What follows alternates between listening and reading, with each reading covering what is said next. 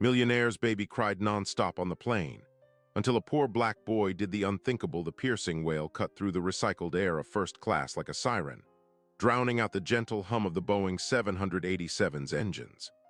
Harrison Reed III, CEO of Reed Enterprises and self-made billionaire, felt every pair of eyes on the plane boring into the back of his Italian silk suit as his 6-month-old daughter Olivia's face contorted into an impossible shade of crimson. 3 hours into the transatlantic flight, and the baby hadn't stopped screaming since takeoff. The flight attendant's practiced smile had long since cracked, revealing thinly veiled contempt as she approached, her voice barely audible over the infant's shrieks. "Sir, we've had several complaints. Is there anything else we might try to quiet her down?" Harrison wiped sweat from his brow with a monogrammed handkerchief, desperation etching lines around his eyes. His wife Catherine was in Paris on business, and he'd foolishly thought he could handle their daughter alone on the flight to meet her. Now, as passenger after passenger shot daggers his way, he realized how catastrophically wrong he'd been. "I've tried everything," he whispered hoarsely, bouncing Olivia mechanically. "Bottles, toys, walking."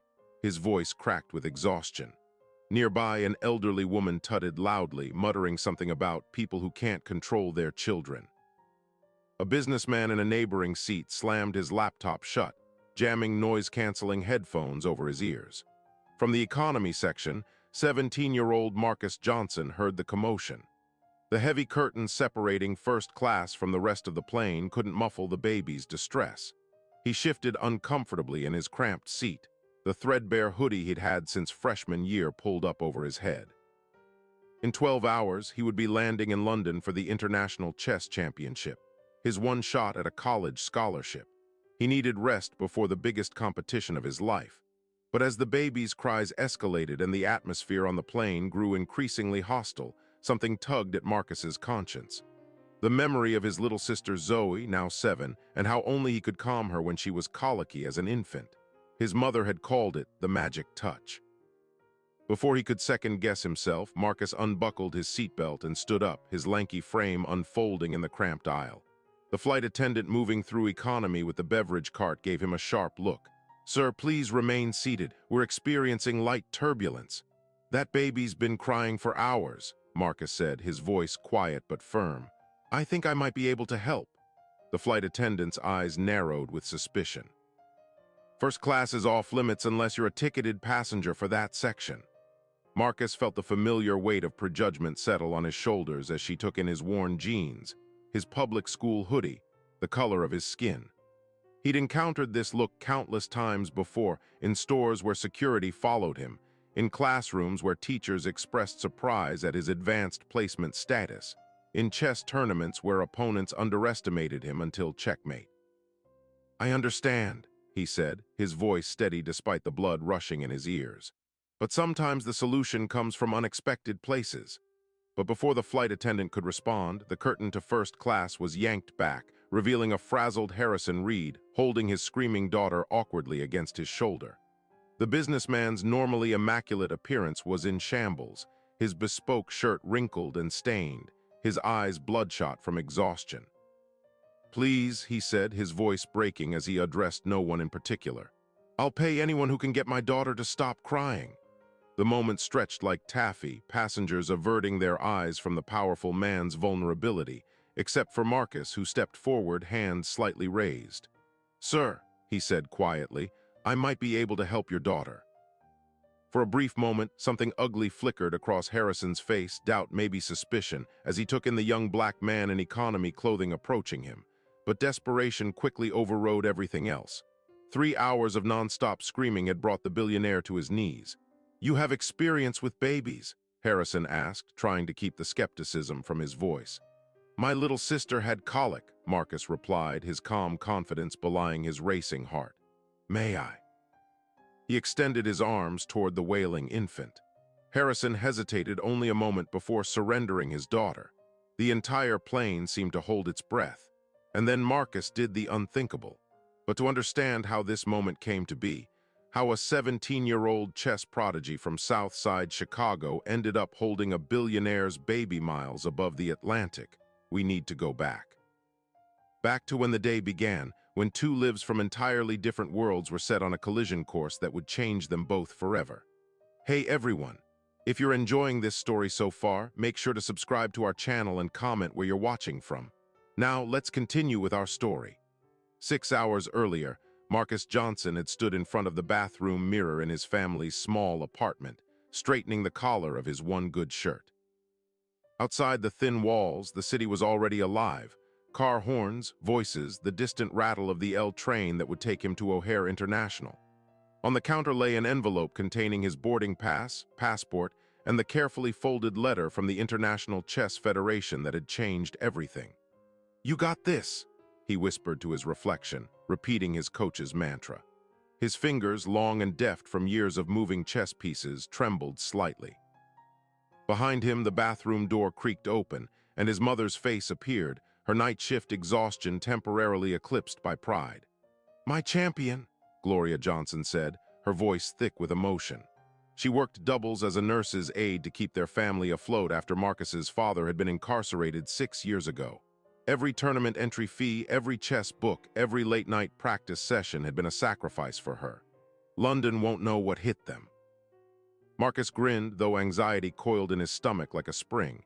"It's just the qualifying rounds, Mom. Don't start planning the victory parade yet." "Mom," she hummed, unconvinced, smoothing an invisible wrinkle from his shoulder. "The same way it was just the state championship and just the nationals." She cupped his face in her hands, her eyes serious now. "Listen to me. You belong there, no matter what anyone says or how they look at you. You earned this." From the small living room, 7-year-old Zoe's voice rang out. "Marcus, your chess stuff is ready." His little sister had laid out his travel chess set, notebook, and lucky pencil on the coffee table with ceremonial precision.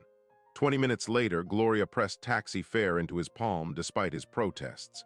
"No son of mine is taking public transit to the airport for an international flight," she insisted. "Text me when you land, you hear? London is 6 hours ahead, so don't call in the middle of the night."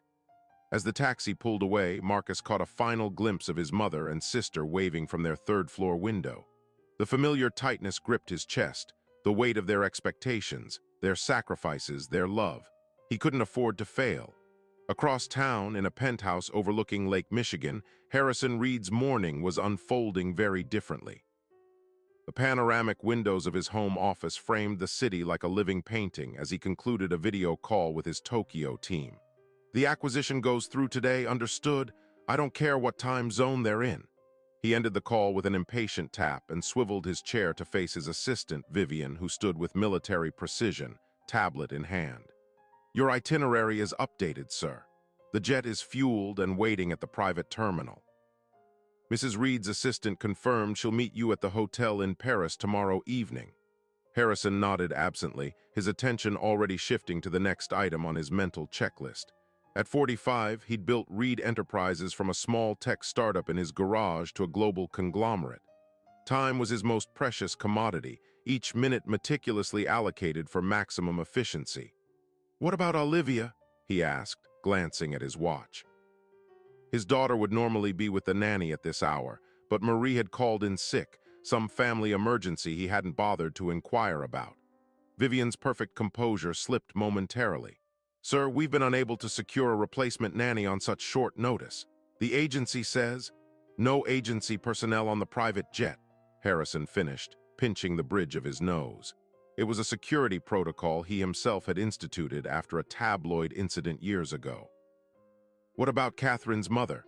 "Mrs. Astor is still in the Maldives, sir, unreachable until next week." Harrison suppressed a flare of irritation. His mother-in-law's perpetual vacationing was a source of ongoing tension between him and Catherine. "So you're telling me I need to fly with Olivia, alone?" "Yes, sir, but I've taken the liberty of packing all her essentials and favorite toys." "And the flight attendants on your jet are all trained in." "We're not taking the jet," Harrison interrupted, a decision crystallizing in his mind. "Book us on the commercial United flight to Paris, the one Catherine's on." Vivian blinked, her professional mask momentarily slipping to reveal shock.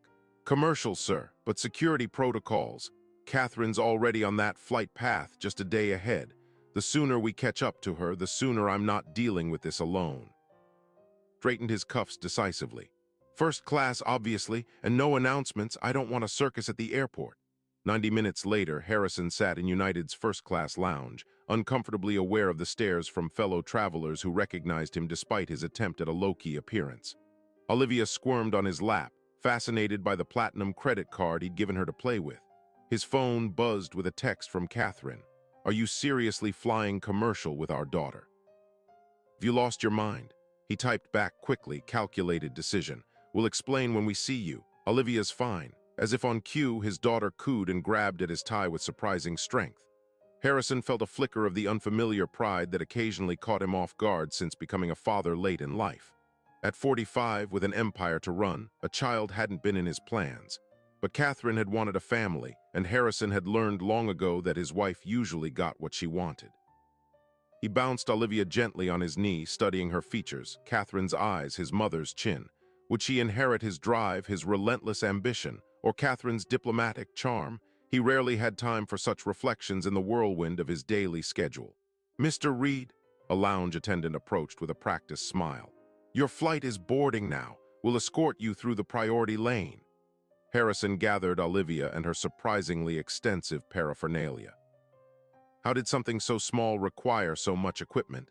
The diaper bag alone weighed more than his laptop case. As the first-class passengers were welcomed aboard, Harrison felt a moment of misgiving. He hadn't flown commercial in nearly a decade. The flight attendant's recognition was immediate, her eyes widening slightly before her training reasserted itself. "Welcome aboard, Mr. Reed. May I help you with anything before takeoff?" "We're fine," he said curtly, settling into the wide seat with Olivia on his lap. He declined champagne, arranged the baby's blanket, and answered 3 urgent emails one-handed before the announcement to switch off electronic devices. As the plane filled, Harrison remained absorbed in Olivia, oblivious to the boarding economy passengers shuffling past the first-class cabin toward their seats. Among them was Marcus Johnson, who paused briefly at the sight of the famous tech billionaire cuddling an infant. The contrast between the man's austere public image and this tender moment with his child was jarring.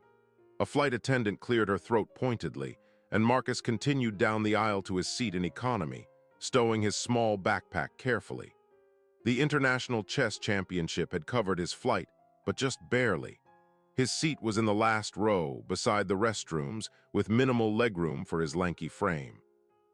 As he settled in, Marcus removed his travel chess set from his pocket, a magnetic miniature board his coach had given him for his 15th birthday. He set up the pieces with practiced precision, preparing to review the opening strategies he'd been studying for months. 45 minutes into the flight, as the seatbelt sign switched off and the first round of drinks was being served, Olivia Reed began to fuss. At first, it was just whimpering, barely noticeable above the ambient noise of the cabin. Harrison jiggled her gently, offering a pacifier that she promptly spat out. The whimpering escalated to crying, then full-throated screaming that seemed impossible from something so small. Harrison's expression shifted from mild concern to barely concealed panic as he rifled through the diaper bag, producing toys, bottles, and blankets in rapid succession. Nothing helped. By the 1-hour mark, passengers in first class were exchanging irritated glances. By hour 2, several had complained to the flight attendants. By hour 3, Harrison Reed, a man who commanded boardrooms and brokered billion-dollar deals, was completely undone by his inconsolable daughter. Back in economy, Marcus tried to focus on his chess strategies, but the baby's cries penetrated even his noise-canceling earbuds. He noticed the increasing tension among passengers, the flight attendants' strained expressions as they hurried up and down the aisles. No one seemed to have a solution. As Marcus watched the curtain between classes being yanked back and heard the desperate Billionaire's plea, something clicked into place. The same feeling he got during chess matches when he saw a move others missed, a solution where others saw only problems. And so he found himself standing in the first-class cabin, extending his arms toward the wailing infant while skeptical eyes watched his every move. Harrison Reed reluctantly surrendered his daughter, his expression a complex mixture of doubt and desperate hope. The moment the baby settled into Marcus's arms, something remarkable happened. Marcus cradled Olivia expertly, supporting her head with one hand while he used his other to gently apply pressure to specific points on her back. He began to hum, not a lullaby, but a low, rhythmic pattern that vibrated in his chest. His body swayed almost imperceptibly, a subtle rocking motion that seemed to exist outside the turbulence of the plane. "She's probably got gas," Marcus said quietly, his fingers making small circular motions between the baby's shoulder blades. "My sister was the same way. Sometimes it's not about what they need, it's about how their body feels." Olivia's screams gradually subsided to hiccuping sobs, her tiny fists still clenched but her face relaxing from its alarming shade of red. Harrison stared in disbelief as Marcus continued his gentle ministrations, speaking to the baby in a low, soothing voice. "There you go. That feels better, doesn't it? All that pressure building up inside, nowhere to go. I bet you tried to tell them, but nobody understood. It's frustrating when no one gets what you're saying." A few more minutes of Marcus's mysterious technique, and Olivia's eyes began to droop. The transformation was nothing short of miraculous. The entire first-class cabin seemed to exhale collectively as the blessed silence settled over them. "How did you?" Harrison began, his voice hushed with amazement. Marcus carefully transferred the now drowsy baby back to her father's arms. "My mom works double shifts. I helped raise my sister from when she was a newborn. Some things you just learn by doing." Harrison adjusted his hold on Olivia, trying to mimic Marcus's technique. "I have a team of experts, pediatricians, child development specialists, and none of them showed me that." A slight smile touched Marcus's lips. "With all due respect, sir, some things you can't learn from experts. You have to learn them from experience." The flight attendant who had earlier prevented Marcus from entering first class now hovered uncertainly nearby, witnessing the exchange. Her earlier suspicion had transformed into something like embarrassment. "Man," Harrison said, studying Marcus with new interest, "I believe I owe you a debt of gratitude." He shifted Olivia to one arm and extended his hand. "Harrison Reed." "I know who you are, sir," Marcus replied, shaking the offered hand firmly. "I'm Marcus Johnson." "Well, Marcus Johnson, you just saved everyone on this flight from a collective nervous breakdown, myself included." Harrison gestured to the empty first-class seat beside his own. "Please join me for the remainder of the flight." "I'd like to hear more about these techniques of yours." Marcus hesitated, glancing back toward economy. "My bag. I'll have it brought up," Harrison said, nodding to the flight attendant who hurried to comply.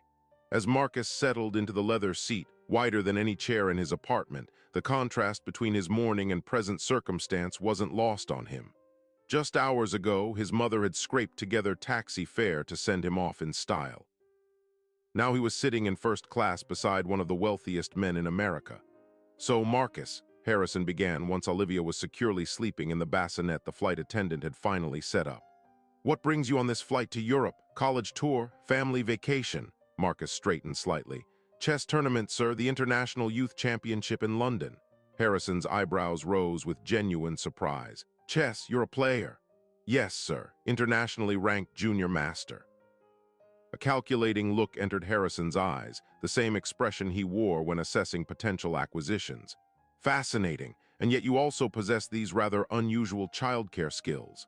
Marcus met the billionaire's gaze directly. "Where I come from, you learn to be good at many things. Specialization is a luxury." Something in his tone caused Harrison to tilt his head, reassessing. "South Side Chicago, based on your accent. Competitive chess programs aren't common there, are they?" "No, sir. My elementary school had one teacher who ran a club after hours, Mr. Caswell, Vietnam vet who learned chess from a Russian prisoner of war." Marcus's fingers absently arranged the cocktail napkin into perfect right angles. "He said I had the best tactical mind he'd seen in 30 years of teaching. And this tournament in London, it's significant. Full college scholarship if I place in the top 3, Marcus said, his voice carefully neutral despite the stakes. "Plus potential sponsorship for the Grandmaster track." Harrison nodded slowly, processing this information with the same attention he'd give a business proposal. "And your parents, they must be very proud." A shadow crossed Marcus's face. "My mom is. She works as a nurse's aide, double shifts to keep us afloat since my dad's been gone." "Gone?" Harrison echoed, then understanding dawned. "I see." An uncomfortable silence settled between them, highlighted by the gentle hum of the engines and the soft breathing of the sleeping baby. "Mr. Reed," Marcus said finally, "I should probably return to my seat. I have some strategies to review before landing." Harrison's hand moved to stop him. "Nonsense. The least I can do is offer you a comfortable seat for the duration. Besides," his eyes flickered to his sleeping daughter, I may need your expertise again before we land. As if on cue, the plane hit a pocket of turbulence, causing Olivia to stir. Both men froze, watching anxiously as she shifted in the bassinet, then settled back into sleep. Tell me about chess, Harrison said quietly, his gaze still on his daughter. I've always found it fascinating, but never had the patience to master it. Marcus relaxed slightly, on familiar ground now. It's not really about patience, sir. It's about seeing patterns that others miss, and understanding that every move has consequences that ripple across the entire board. Like business, Harrison mused. And life, Marcus added. Their conversation flowed more easily after that, moving from chess theory to business strategy, from Marcus's tournament preparations to Harrison's early days as an entrepreneur. The vast differences in their backgrounds and experiences seemed less significant with each passing hour, as they discovered unexpected commonalities in their approaches to problems and challenges. Olivia woke once, fussing slightly, and Marcus demonstrated his techniques again, explaining each movement to an attentive Harrison. It's about pressure points, he said. Same principle as chess, really, understanding the underlying structure and how different elements connect. Midway through the flight, as they shared the surprisingly decent first-class meal, Harrison posed a question that had clearly been on his mind. You mentioned a scholarship. I assume that means college is otherwise out of reach, Marcus finished. Financially, yes, my grades are good enough for admissions, but even with financial aid, the top programs are expensive, and those are the ones with the best chess teams. Harrison nodded thoughtfully, cutting his steak with precise movements. Which schools are you considering? MIT has shown interest, also Stanford and Northwestern. Marcus shrugged slightly. Depends on how I do in London. All excellent institutions, Harrison said. I dropped out of MIT my sophomore year to start my first company. A hint of wistfulness crept into his voice. Sometimes I wonder how things might have been different if I'd stayed. Would you have built Reed Enterprises? Perhaps not, at least not in the same way. Harrison took a sip of his wine.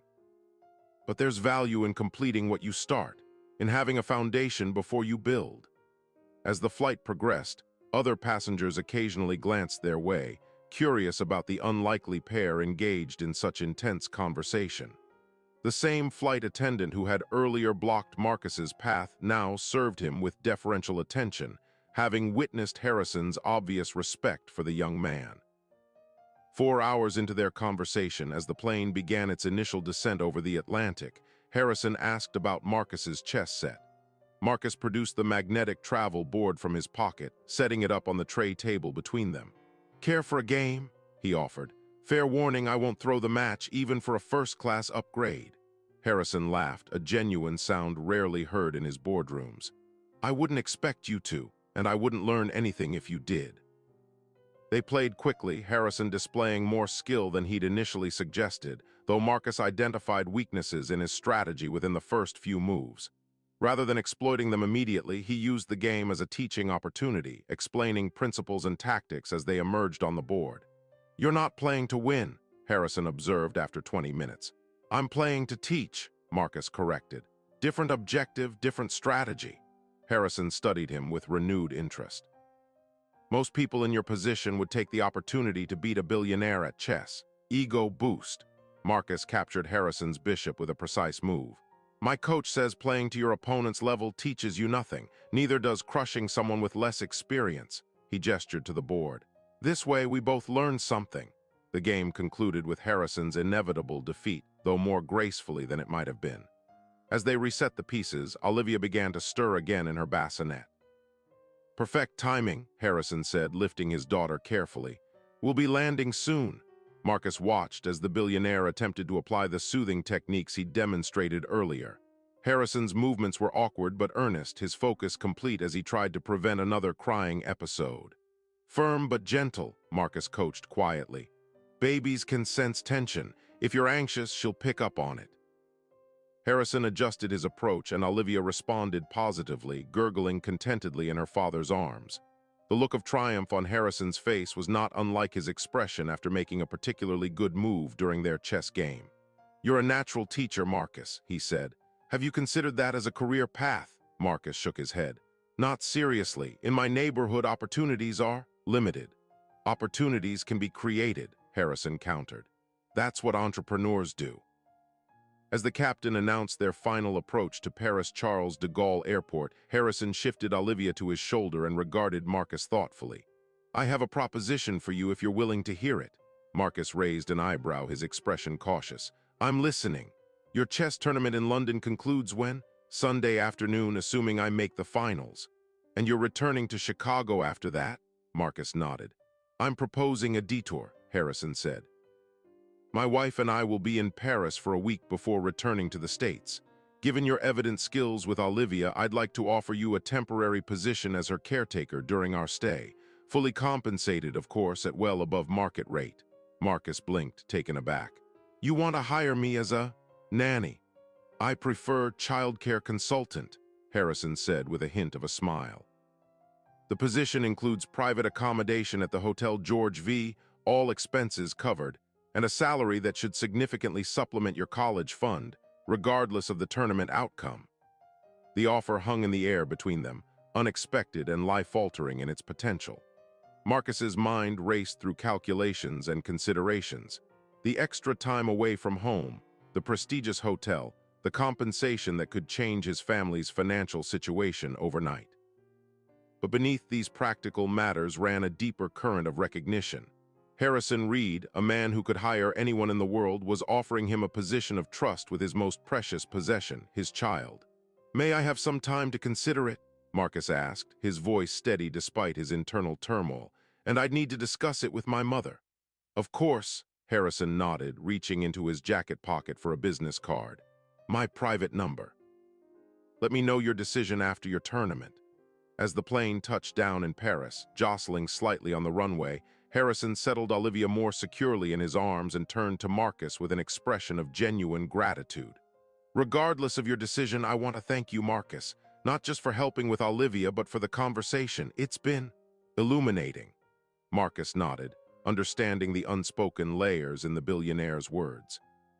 Sometimes the most valuable moves in chess aren't the ones that capture pieces, Mr. Reed. They're the ones that change the structure of the entire board. As they prepared to disembark, the first-class passengers gathering their belongings, Harrison hesitated. One more thing, Marcus. Would you be willing to teach me those techniques properly before we part ways? I have a feeling I'll need them. It would be my pleasure, Marcus replied, and for the first time since boarding the plane in Chicago, he felt the weight of expectation lift from his shoulders. Whatever came next, the chess tournament, Harrison's job offer, his future beyond this unexpected encounter, he had already won something valuable: recognition, respect, the acknowledgement that wisdom comes in many forms from many sources. And as they walked together through the airport, the billionaire and the chess prodigy from South Side Chicago, something fundamental had shifted between them. A connection formed miles above the Atlantic, bridging worlds that rarely intersected on the ground below. If you're enjoying this story, please subscribe to our channel and let us know where you're watching from in the comments. Now, let's continue with our story and see what happens next. Catherine Reed was waiting at the private terminal adjacent to Charles de Gaulle, her sleek silhouette a study in controlled impatience as she checked her watch for the third time in 5 minutes. When the doors finally opened and Harrison appeared with Olivia, her expression morphed from irritation to confusion at the sight of the tall young man walking beside her husband. Harrison, she said, air-kissing his cheek while taking Olivia into her arms with practiced ease. I was expecting Marie. Who is this? Harrison performed the introductions, his tone revealing an unusual level of deference as he explained the circumstances of their meeting. Catherine's perfectly sculpted eyebrows rose fractionally as she assessed Marcus, her initial skepticism gradually softening as she noticed her daughter's contentment. You managed the entire flight without a meltdown? She asked, bouncing Olivia gently. That's practically miraculous. Last time we flew with her, the pilot threatened to make an emergency landing. Marcus has quite the gift, Harrison said. In fact, I've offered him a position during our Paris stay, pending his decision after his chess tournament in London. Catherine's surprise was evident, but years in corporate and social circles had taught her to adapt quickly. Chess tournament? Marcus explained his circumstances with the same quiet confidence he'd displayed on the plane, watching as Catherine processed this unexpected development. Unlike her husband, whose interest had been primarily pragmatic, Catherine seemed genuinely curious about Marcus's background and achievements. Junior international master at 17, she mused. Impressive. Harrison barely manages to concentrate on one chess game without checking his phone. This gentle jab at her husband revealed a warmth beneath Catherine's polished exterior that made Marcus revise his initial impression of her as merely another wealthy socialite. The car is waiting, Catherine said, glancing at her watch again. Marcus, can we drop you somewhere? The hotel, perhaps? Actually, Harrison interjected, I've arranged for Marcus to be taken to the train station. His tournament in London starts tomorrow. Marcus nodded gratefully. The Eurostar leaves in 2 hours. I should have plenty of time. Well then, Catherine said, shifting Olivia to her other hip, good luck with your tournament, and I hope we'll see you again soon. The sincerity in her voice suggested she meant it. As they prepared to part ways, Harrison extended his hand to Marcus. The handshake was firm, businessman to businessman, but there was something else in Harrison's eyes, a recognition, perhaps, of something valuable discovered in an unexpected place. Remember, Harrison said quietly, the offer stands regardless of the tournament outcome, though I suspect you'll do quite well. Marcus thanked him, shouldered his backpack, and headed toward the waiting car Harrison had arranged. As he walked away, he heard Olivia begin to fuss in her mother's arms. Here, Harrison said behind him. Let me show you something, Catherine. It's all about the pressure points.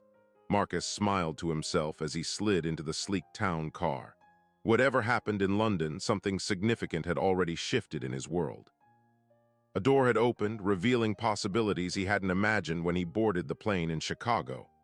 The Eurostar sped through the French countryside, fields and villages blurring past the windows as Marcus reviewed his opening strategies one last time. His phone buzzed with a text from his mother. Landed safely? He typed back quickly, in France, taking train to London now. You won't believe what happened on the flight. As he began composing a longer message explaining the extraordinary encounter, another text appeared on his screen, this one from an unknown number. This is Harrison Reed. Just wanted to wish you luck tomorrow. Olivia says thanks again. Marcus stared at the message, a smile tugging at his lips. He saved the number to his contacts before replying, thank you, sir. Give Olivia my best. After a moment's hesitation, he added, remember firm but gentle pressure and breathe with her, not against her. The response came almost immediately. Sage advice for business negotiations as well. We'll keep you posted on my progress. By the time the Eurostar pulled into St. Pancras station, London's evening lights were blinking on across the city. Marcus collected his backpack, double-checking that his chess set and tournament credentials were secure, and stepped onto the platform. The weight of tomorrow's competition settled back onto his shoulders, but it felt different now, balanced by the unexpected validation of the day's events. The tournament hotel was modest compared to the luxury Harrison had offered in Paris, but the lobby buzzed with chess energy. Players from around the world hunched over boards, discussing strategies in multiple languages, sizing up the competition. Marcus checked in, received his contestant packet, and headed to his room to prepare for the morning's first match. As he laid out his tournament clothes, the one good suit his mother had found at a second-hand store and altered to fit him perfectly, his phone buzzed again. This time it was his coach, Frank Desmond, a gruff former champion who'd taken Marcus under his wing 4 years earlier. Arrived safely? Get some sleep. Remember what we practiced. First-round opponent is Dmitry Volkov, Russian junior champion. Strong opening game but gets impatient in the middle. Make him wait. Marcus replied with a thumbs-up emoji, knowing Coach Desmond's aversion to unnecessary words. Then he set his alarm, laid out his tournament materials, and tried to quiet his mind for sleep. But as he drifted off, it wasn't chess positions that filled his thoughts. It was the image of Harrison Reed, Billionaire CEO, learning to soothe his baby daughter with techniques passed down from Marcus's mother, who had learned them from her mother before her. Knowledge flowing across boundaries of class and race and privilege, connecting 3 generations in an unexpected lineage of wisdom. Morning came too quickly, London's gray dawn filtering through thin hotel curtains as Marcus's alarm chirped insistently. He rose, went through his tournament routine with methodical precision, and headed down to the competition hall where the day's pairings were posted. As his coach had predicted, his first opponent was Dmitry Volkov, the Russian prodigy whose aggressive style had dominated European junior championships for the past 2 years. Marcus studied the tournament bracket, mentally calculating his path to the finals, when a familiar name caught his eye. Lawrence Kingsley III, American junior champion from New Hampshire, son of a senator and Marcus's longtime nemesis on the circuit. Their last encounter at the Nationals had ended in controversy when Lawrence's father had questioned the officiating after Marcus's victory. The implied accusation of favoritism had stung, though the tournament committee had firmly rejected the complaint. Lawrence himself stood at the other end of the hall, surrounded by his entourage, coach, assistant, psychological consultant, all provided by his family's considerable resources. He caught Marcus's eye and smirked, a gesture loaded with the same dismissive confidence he displayed at every previous encounter. Marcus turned away, focusing instead on his own preparation. Coach Desmond appeared at his elbow, coffee in hand, his perpetual scowl firmly in place. "Ignore the Kingsley kid," he growled. "He's in your head only if you let him in. Focus on Volkov, one game at a time." The first round began with ceremonial formality, handshakes, clock settings, the hushed atmosphere of concentrated thought descending over the hall. Dmitry Volkov played as expected, aggressive and confident, pushing for early advantage. Marcus responded with the patient strategy he and Coach Desmond had developed, allowing Volkov to extend himself, then capitalizing on the subtle weaknesses that emerged. 3 hours later, Marcus had his first victory. By evening, he had advanced through the preliminary rounds to secure his place in the next day's quarterfinals. Lawrence Kingsley had also advanced, setting up the possibility of a semi-final confrontation if both continued their winning streaks. Back in his hotel room that night, Marcus found a message from Harrison. "How did the first day go?" He replied with a brief summary of his matches and standings, surprised by the Billionaire's continued interest. Harrison's response came quickly. "Excellent progress. Olivia has slept through the night twice using your techniques. Catherine thinks I've been replaced by a body double. Keep us posted on tomorrow's matches." The exchange left Marcus smiling as he prepared for bed. The connection formed on the plane seemed to be evolving into something like mentorship or perhaps even friendship, an outcome he never could have predicted when he boarded in Chicago. The tournament's second day brought increased pressure as the field narrowed. Marcus advanced through his quarterfinal match against a talented player from India, his focus absolute as he maneuvered through a complex middle game to force a resignation at move 37. The victory put him into the semifinals, and as fate would have it, face-to-face with Lawrence Kingsley III. Their semifinal match drew a crowd, the history between the two players adding drama to the already tense competition. Lawrence arrived flanked by his support team, while Marcus sat alone, Coach Desmond having been called away to assist another of his students who had advanced in the junior division. "All by yourself today, Johnson?" Lawrence commented as they set up the board. "No entourage from the south side?" Marcus met his gaze calmly. I think more clearly without distractions." Lawrence's mouth tightened at the implied criticism, but further conversation was cut short by the tournament director's arrival to start the clock. The game began with Lawrence playing white, opening with an aggressive Sicilian variation that had become his signature. For nearly 2 hours, they battled across the 64 squares, each move a calculated risk, each position a complex puzzle of possibilities. Lawrence played well, forcing Marcus to defend a series of attacks that tested the limits of his preparation.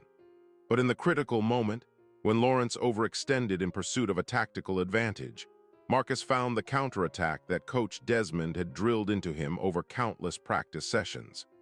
The endgame was mathematical in its precision, Marcus converting his slight advantage into a winning position with the patience that had become his hallmark. When Lawrence finally tipped over his king in resignation, the crowd's murmur rose to an appreciative buzz.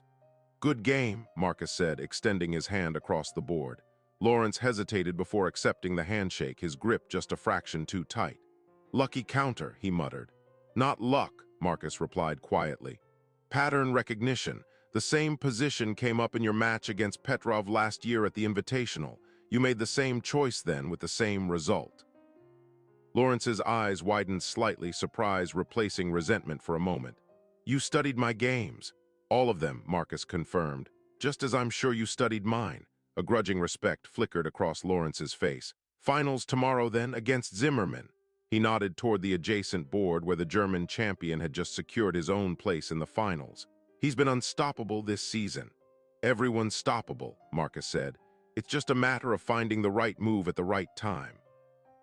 As he gathered his materials, Marcus's phone buzzed with a text from Harrison. Semi-final result. He typed back quickly, victory. Finals tomorrow against Zimmerman. Harrison's response was immediate, excellent, one more to go. Olivia and I are cheering for you from Paris. The attached photo showed Harrison holding Olivia, both giving thumbs up to the camera, the Eiffel Tower visible through a window behind them. The casual warmth of the image, so at odds with Harrison Reed's public persona, brought a smile to Marcus's face as he headed back to his hotel. That evening, as he reviewed his notes on Zimmerman's playing style, a call came through from his mother. Her voice was thick with emotion when he told her about making the finals. "I knew it," Gloria said, pride radiating through the connection. "I told everyone at work my son's going to be a champion." "Just the finals, Mom," Marcus cautioned, the same reflexive modesty he'd displayed in their bathroom days earlier resurfacing. "Zimmerman's tough." She hummed, unconvinced. "And I suppose you getting to the finals of an international tournament is just another day too." Marcus laughed, recognizing his own words reflected back at him. "Point taken. How's Zoe?" Missing her brother. "Told all her friends you're becoming a chess master in London." "Grandmaster," Marcus corrected automatically. "And that's still years away, even if I win tomorrow." "One step at a time," Gloria agreed. "Oh, before I forget, there was a call for you from some foundation about a possible sponsorship. I took down the number." Marcus frowned. "What foundation?" Reed Foundation for Educational Excellence said they were considering you for their chess development program, wanted to talk after the tournament. Marcus's pulse quickened. The Reed Foundation was Harrison's philanthropic organization, known for its selective but generous support of promising students from disadvantaged backgrounds. Had Harrison already set this in motion, regardless of Marcus's decision about the Paris offer? "Did they leave a contact name?" he asked, trying to keep his voice casual. "Someone named Vivian, very professional sounding. I have her number here somewhere." After finishing the call with his mother, Marcus sat on the edge of his hotel bed, turning this new development over in his mind. The chess scholarship had always been his focus, his path to college and beyond. But Harrison's interest, both the Paris offer and now this potential foundation sponsorship, opened doors he hadn't even known existed. His phone buzzed again with a text from Harrison. "Get some rest. Big day tomorrow. Remember what you told me about Olivia, tension transfers. Stay calm, trust your preparation." The parallels between chess strategy and baby-soothing techniques brought a smile to Marcus's face as he prepared for bed. Two worlds that had seemed entirely separate now, connected through unexpected principles. Finals day dawned clear and crisp, London's autumn sunshine streaming through the tournament hall's high windows as spectators filled the viewing area. The match between Marcus and Zimmerman had been promoted as the highlight of the youth championship, the precision-focused German champion versus the intuitive American challenger. As Marcus took his place at the board, he was surprised to see Coach Desmond in the front row of the audience, giving him a gruff nod of encouragement. Beside him sat an unfamiliar woman in a tailored suit who Marcus somehow knew must be Vivian, Harrison's assistant. Her presence confirmed that the Reed Foundation's interest was real, not just a product of his mother's misunderstanding. The final match was scheduled for 5 hours, with potential extensions if needed, a test of endurance as much as skill. Zimmerman played white, opening with a conservative queen's gambit that set the tone for a strategic battle. 2 hours in, the position remained balanced, neither player willing to risk the aggressive moves that might create weaknesses. Marcus found himself drawing on the same patience he'd described to Harrison, the ability to wait for the right moment, to recognize patterns as they emerged from apparent chaos. In the third hour, Zimmerman began pressing for advantage, perhaps sensing fatigue in his opponent. But Marcus had trained for this, pushing through the mental exhaustion to find clarity in the critical positions. When Zimmerman finally overcommitted to an attack on Marcus's queen side, the counter was there, subtle but devastating, a knight sacrifice that led to a winning endgame combination. The tournament hall erupted in applause as Zimmerman extended his hand in resignation, genuine respect in his eyes. "Brilliant sacrifice," he said in accented English. "I did not see it until too late." "Thank you," Marcus replied, the reality of his victory still sinking in. "Your middle game pressure was intense." As the tournament officials prepared for the awards ceremony, Marcus found himself surrounded by well-wishers, reporters, and representatives from chess organizations.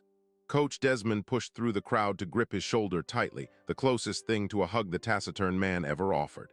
"Knew you had it in you," he growled. "Perfect execution of our strategy." Before Marcus could respond, Vivian appeared at his elbow, smartphone in hand. "Congratulations, Mr. Johnson. Mr. Reed would like to speak with you when you have a moment." She handed him the phone, and Harrison's voice came through clearly despite the noisy hall. "Marcus, spectacular victory. We watched the live stream of the final moves. Even I could appreciate the brilliance of that night's sacrifice." "Thank you, sir," Marcus said, still processing the convergence of his chess triumph with this unlikely connection to the billionaire. "I appreciate you taking the time to watch." "Wouldn't have missed it," Harrison replied. "Vivian has information about the Foundation's chess development program. We'd like to discuss it with you in Paris, if you're still considering our offer." The awards ceremony was a blur of handshakes, photographs, and the weight of the championship trophy in Marcus's hands. The tournament director announced the scholarship award that had been his primary goal, but it now seemed just one part of a larger picture taking shape around him. Afterward, as the hall cleared and Marcus gathered his belongings, Vivian approached with precise efficiency. "Mr. Reed has arranged for the Eurostar to Paris this evening, if that suits your schedule. The Foundation is very interested in discussing your future development, beyond the immediate scholarship."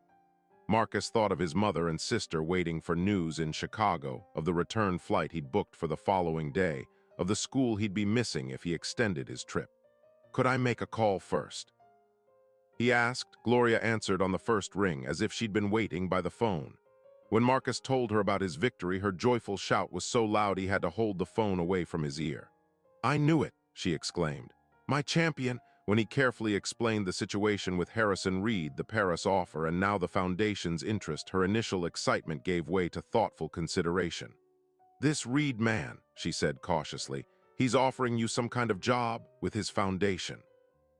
"Two things, actually," Marcus clarified. "A short-term position helping with his daughter in Paris this week, and potentially longer-term support through his educational foundation for chess development and college." Gloria was silent for a moment, processing. "And you trust him, this billionaire who suddenly wants to help?" It was a fair question, one Marcus had asked himself repeatedly since the unusual offer on the plane. "I think I do," he said slowly. "He could have just thanked me for helping with his daughter and gone on his way. This feels genuine." Another pause, then Gloria's voice softened. "You've always been a good judge of character, Marcus, better than me sometimes. If you feel this is right, then you should explore it.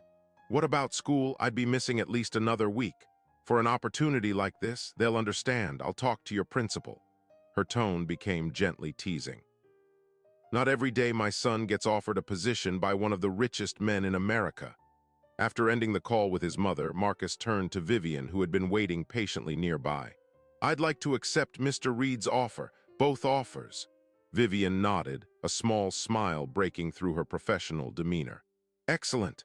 The car is waiting whenever you're ready." As the Eurostar carried him back toward Paris that evening, championship trophy carefully stowed in his backpack, Marcus reflected on the extraordinary chain of events that had brought him to this moment.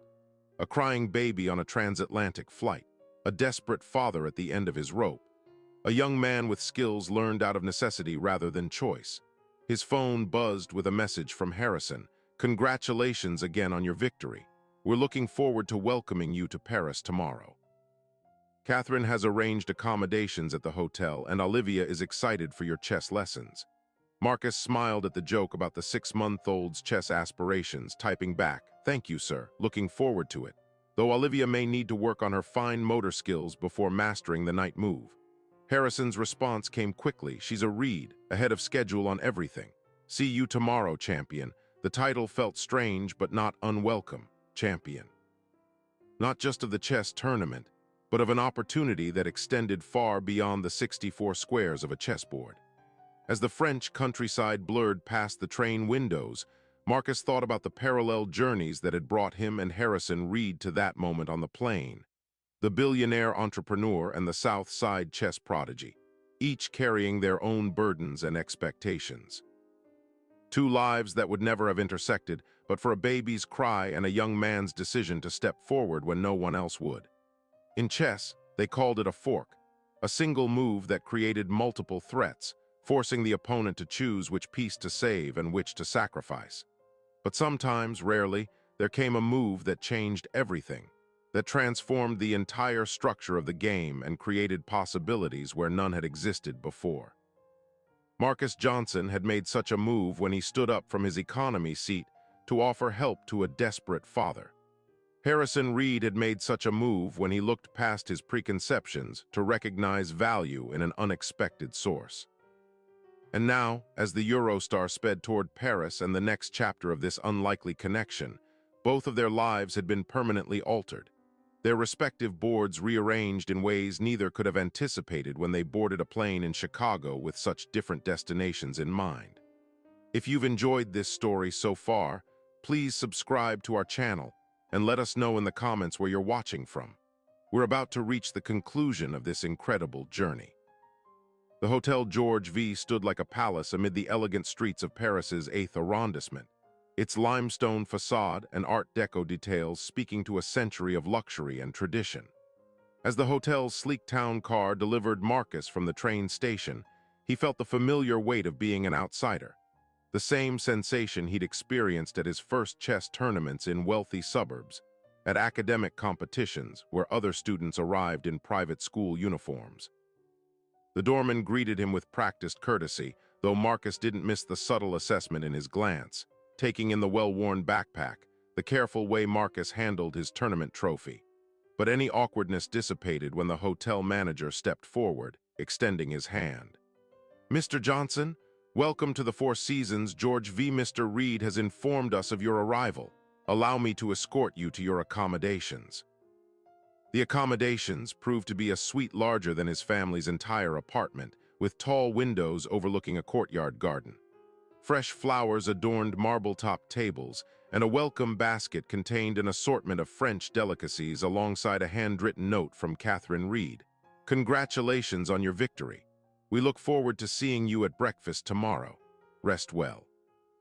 Marcus set down his backpack, placed his trophy carefully on the writing desk, and stood motionless in the center of the suite, momentarily overwhelmed by the stark contrast between his morning in the modest London hotel and this evening in Parisian luxury. His phone buzzed with a text from his mother. Landed safely in Paris. He sent back a photo of the suite with the caption, "Safe and sound. Rooms bigger than our apartment. Love you." Her response made him smile. "Don't get too used to it. But enjoy every minute. You've earned it." Had he earned it? The question lingered as he explored the suite, running his fingers over fine fabrics and furniture that probably cost more than his mother made in a year. His chess victory had earned him the scholarship that felt clear and legitimate. But this, the luxury, the connection to the Reed family, the sudden interest of a Billionaire's foundation, all stemmed from a simple act of kindness on a plane. Was that something to be earned, or merely the right thing that anyone should have done? Morning brought answers, or at least the beginning of them, when Marcus joined the Reed family for breakfast in their penthouse suite. Harrison greeted him with a warmth that seemed to genuinely surprise Catherine, who watched their interaction with thoughtful interest. Olivia, strapped into a high chair, cooed and waved her arms at the sight of Marcus. "She remembers you," Catherine remarked, sipping her coffee. "That's remarkable given how young she is. Babies are more perceptive than we give them credit for," Marcus replied, accepting a cup of coffee from the suite's butler. "They pick up on energy and intention, not just faces and voices." Harrison nodded, his expression serious.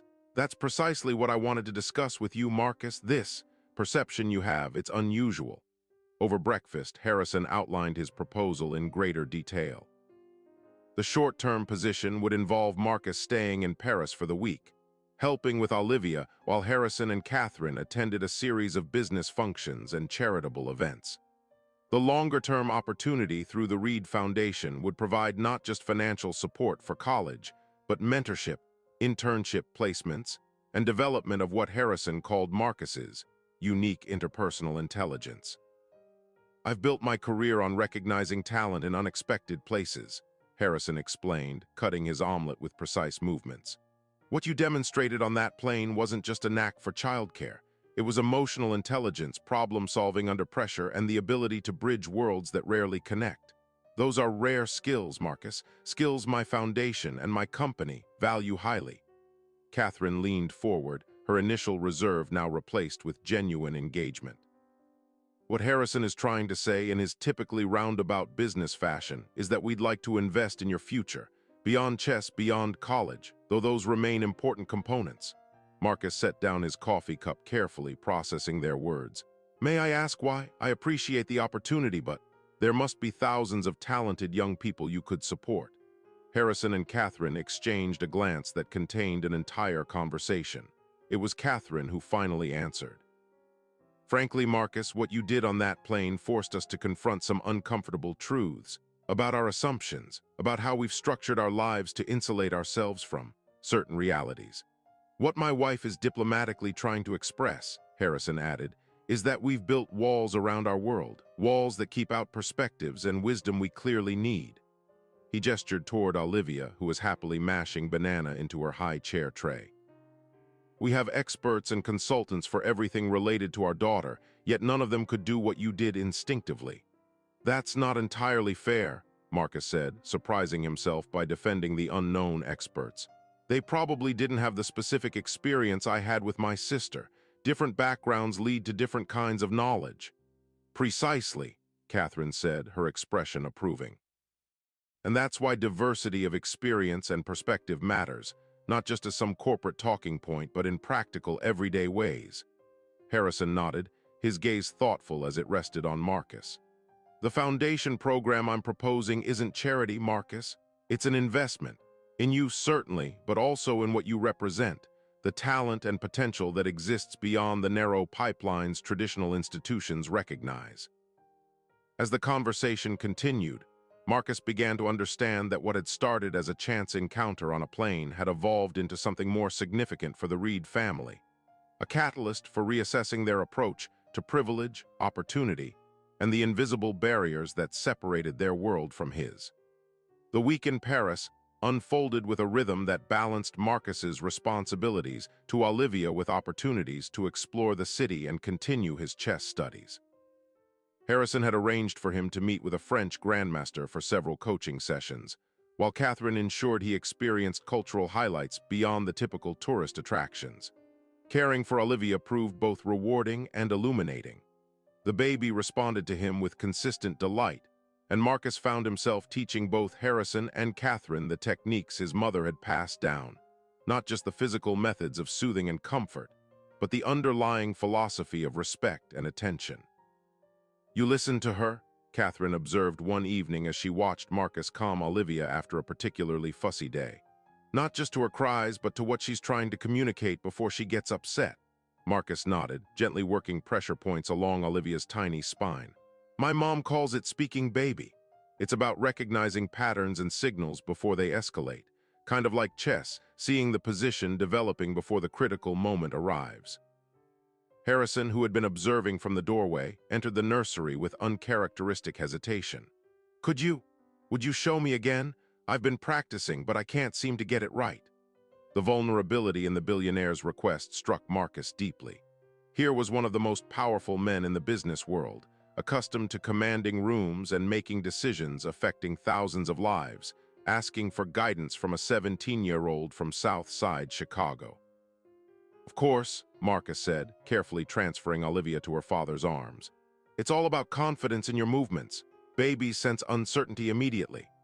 As he guided Harrison's hands, demonstrating the proper pressure and rhythm, Marcus reflected on how this moment inverted the traditional power dynamics between them.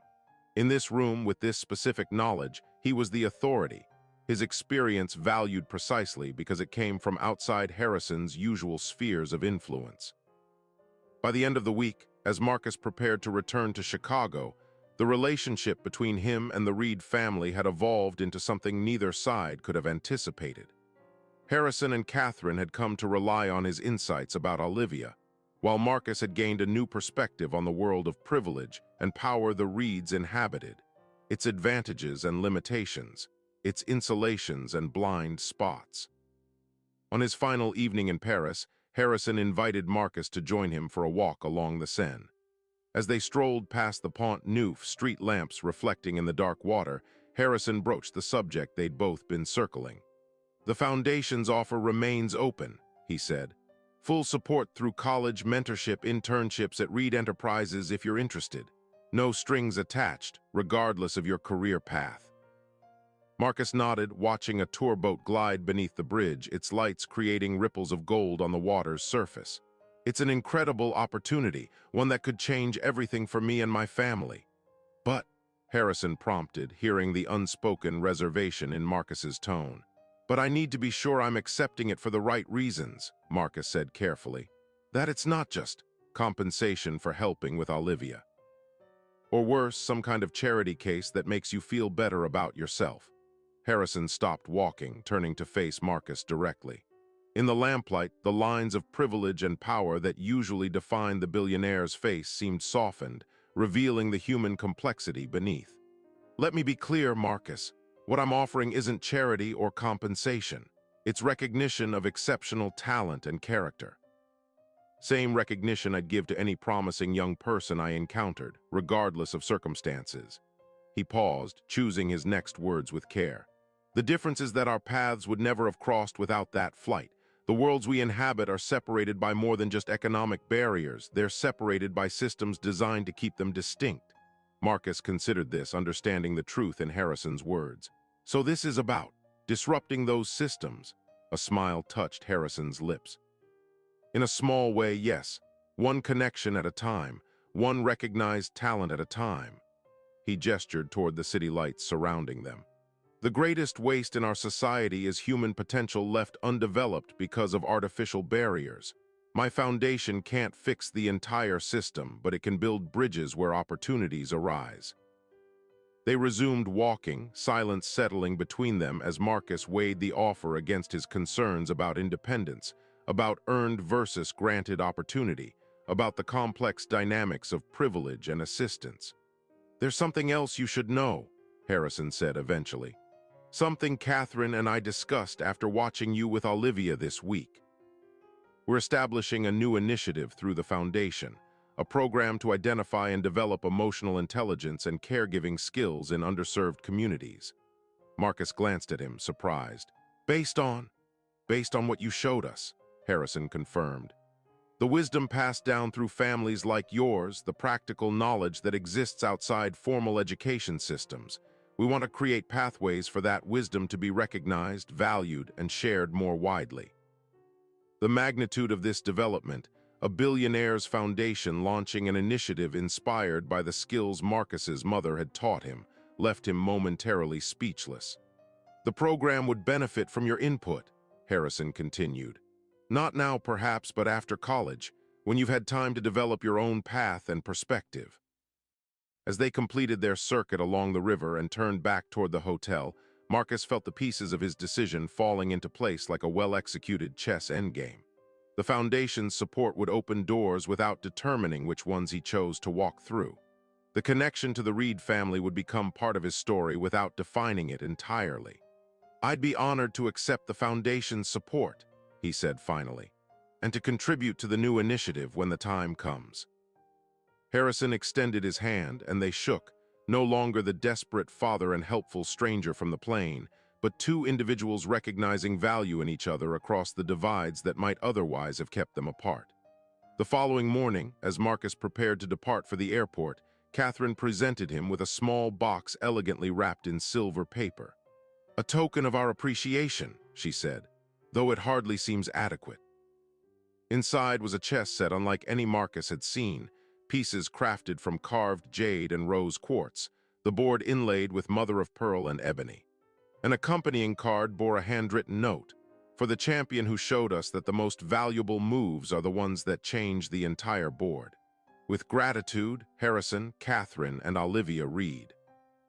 As the hotel's car carried him toward Charles de Gaulle Airport, Marcus's phone buzzed with messages from his mother and sister, eager for his return, from his chess coach already planning for the next tournament, from classmates curious about his international adventure.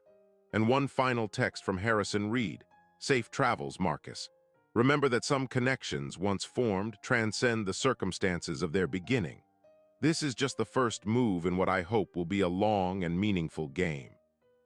Looking out at the Paris streets slipping past his window, Marcus reflected on the extraordinary chain of events that had begun with a baby's cry on a plane and culminated in this moment of transition, returning to his life in Chicago, but with new possibilities, new connections, new understanding of his own value and potential.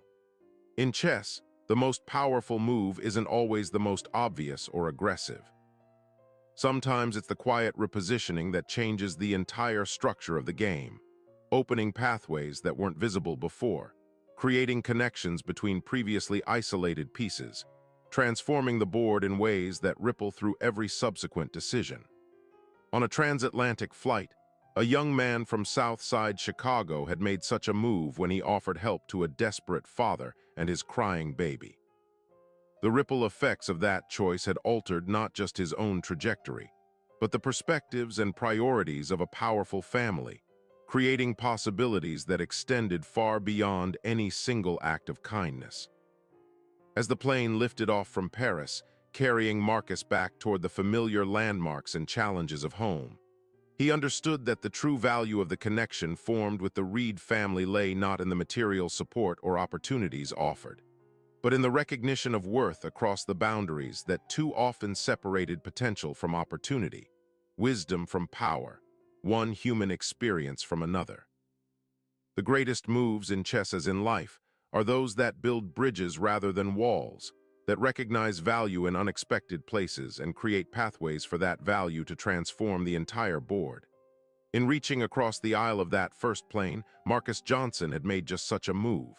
And in the game of life, unlike chess, such moves continue to resonate long after the final piece is played. Thank you so much for watching our story. If you enjoyed it, please subscribe to our channel and share your thoughts in the comments below. Where are you watching from? We'd love to know. And don't forget to turn on notifications so you never miss our next story.